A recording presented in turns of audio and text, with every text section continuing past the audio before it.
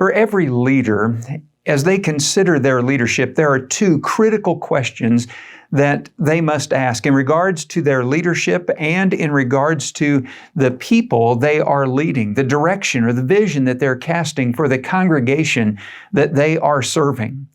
The first question is, do I see myself correctly?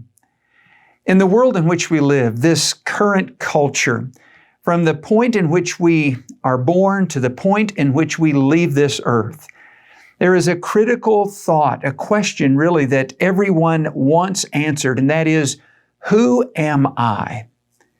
Now, the answer that is provided to that comes in three different ways. The first is, I am what I do.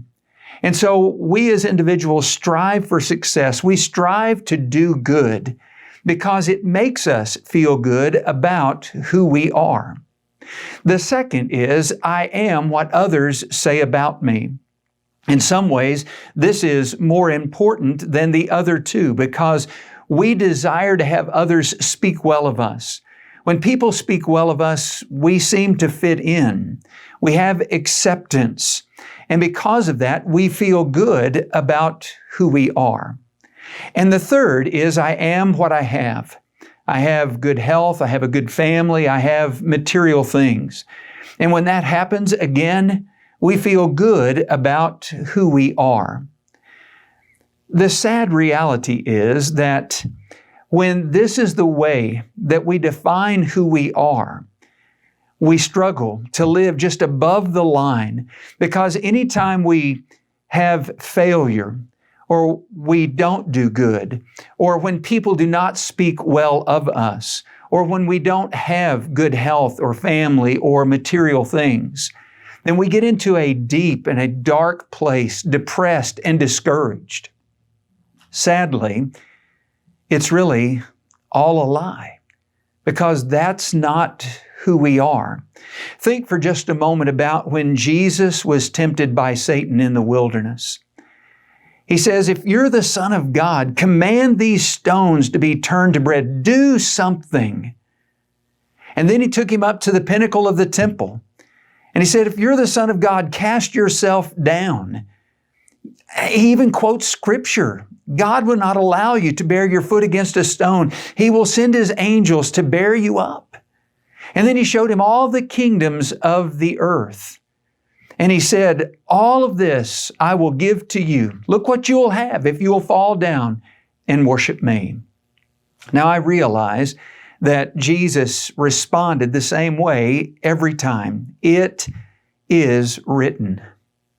But in reality, what Jesus was telling Satan is, that's a lie, Satan. That's not who I am. Jesus knew who He was.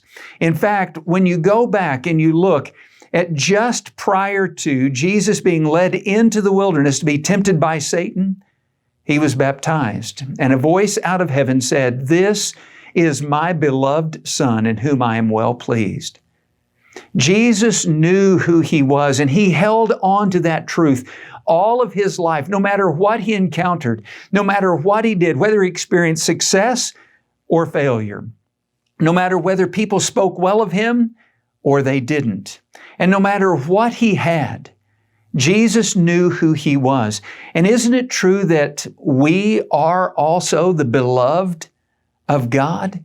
If we could just hold on to that truth, it would help guide every aspect, not only of our own leadership, but as well those to whom we are leading and the direction that we cast for them, the vision for the future. That first question is critical, and that is, do we see ourselves correctly?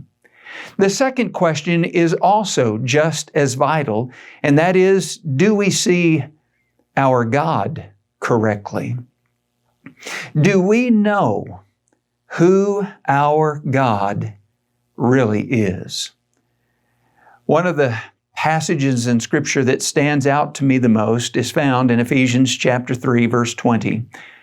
And there it says, now to Him, speaking of God, who is able to do far more abundantly beyond all that we ask or think, according to the power that works within us. To Him who has the power to do far more abundantly beyond all that we ask or think. Let me ask you this question. How big can you and I think?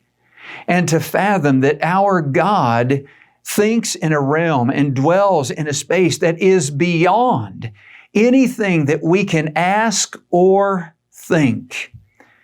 I often like to ask this question to classes of men that I'm studying leadership with, and that is, what would we do if we knew that we could not fail? Have you ever considered that? What would we do if we knew that we could not fail? Because the reality is we can't fail. And the reason we cannot fail is because the victory has already been won for us. That's the power of our God at work through His Son and the power of the resurrection. There is nothing that will bring failure because of who our God is. Ultimately, we know that we are the victors. We will win. And so I ask all of us to consider seriously that when we think about our leadership and when we think about those that we are leading, the vision that we are casting for others to follow, that we would sit down and take the time to ask ourselves these two questions. Do we see ourselves correctly? And do we see our God correctly? Because it is for sure that when we see ourselves correctly and when we see our God correctly, we know that success will be forthcoming because we will accomplish what He desires for us and our leadership.